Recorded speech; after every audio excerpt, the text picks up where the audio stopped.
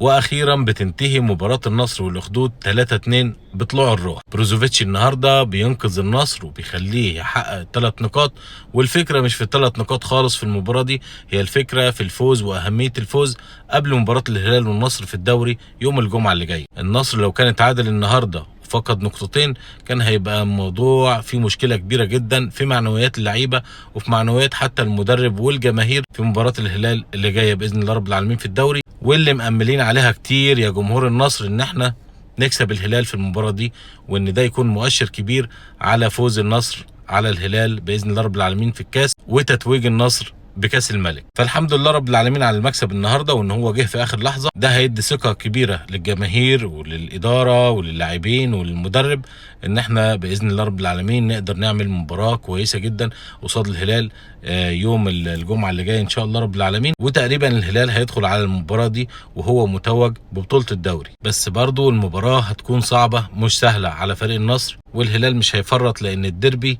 هو اصلا بطوله في حد ذاته. بس احنا كجماهير النصر مهم جدا جدا بالنسبه لنا اذا الدوري خلاص راح مننا ان احنا نفوز على الهلال ونكسر سلسله الانتصارات المتتاليه في الدوري المحلي، وكمان الفوز ده هيساعدنا ان احنا نلعب مباراه نهائي الكاس بثقه كبيره جدا، واللعيبه والمدرب يكون عندهم معنويات مرتفعه عشان الفريق باذن الله رب العالمين في المباراه دي يتوج باغلى الكؤوس. بس بقى يا جماعه اللي حصل النهارده في المباراه من اخطاء دفاعيه، يا ريت يا عم كاسترو تاخد بالك منها وتصلح من الاخطاء الدفاعيه دي، لان الاخطاء الكارثيه اللي حصلت النهارده لو اتكررت قصاد الهلال يبقى احنا مش هنخسر بس، احنا هنشيل سكور كمان. واحنا الله يرضى عليك وعلى اللاعبين عايزين نكسب المباراه اللي جايه باي طريقه، لان الفوز في المباراه دي هو تمهيد للفوز بمباراه الكاس. فالله يرضى عليك ركز يا كاسترو، ركز وما تلعبش وانت خايف قدام الهلال، العب بكل ثقه، انت مش باقي على حاجه، الدوري بالنسبه لك خلصان، فانت ما بتنافسش على الدوري، العب لعب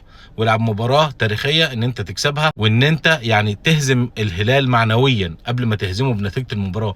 نتيجه المباراه مش هتاثر معانا بحاجه ولا هتاثر مع الهلال بحاجه، ان الدوري خلاص انتهى، بس انت هتهزمه معنويا، هو ده المطلوب قبل مباراه الكاس. فاتمنى من المدرب ان هو ما يعملش زي نفس الغلطه اللي عملها في كاس السوبر وينزل قصاد الهلال مهزوم من قبل ما يبدا المباراه. الفريق مكتمل، الفريق كله نجومه موجودين، هو بس الاخطاء الدفاعيه. انت كهجوم ما عندكش مشكله، نص ملعب ما فيش مشكله، انت مشكله الاخطاء الدفاعيه، اشتغل عليها من دلوقتي، معاك اسبوع او 8 ايام اشتغل عليها كويس جدا. لابورت لازم يفوق، لازم يفوق ويركز. الاخطاء اللي عملها النهارده بالذات في الهدف الثاني قدام الاخدود حذاري تعملها قدام الهلال. اذا لعبت الاخدود مش بنفس الكواليتي بتوع هجوم الهلال ومع الاخطاء الدفاعيه دي حطوا فيك هدفين، وكانت ممكن نتيجه المباراه تتقلب كمان بالخساره. عايز اقول لك انه مع ان النصر كان مستحوذ على المباراه، بس الاخدود له 7 ركنيات طول المباراه، في حين ان النصر له 3 ركنيات بس. الاخدود تقريبا عامل 7 تسديدات على المرمى، فالنهارده كان بيلعب على الهجمات المرتده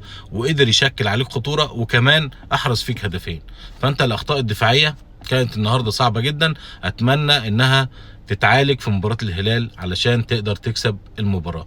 اهم حاجه في مباراه الهلال انك ما يدخلش فيك اهداف، لو ما دخلش فيك اهداف انت ان شاء الله هتهدف وهتكسب المباراه. فعموما النهارده مبروك المكسب، فوز مهم جدا معنوي قبل مباراة الهلال بإذن الله رب العالمين وتمهيد لمباراة الكاس. فالحمد لله رب العالمين على المكسب وعلى ال3 نقاط دول. مبروك لجمهور الشمس، وإن شاء الله دايما فرحانين بفوز الفريق العظيم. نشوفكم في المباراة اللي جاية بإذن الله رب العالمين في مباراة الهلال، وأتمنى الفوز بإذن الله للنصر وفي بطولة الكاس. شكرا لكم، سلام.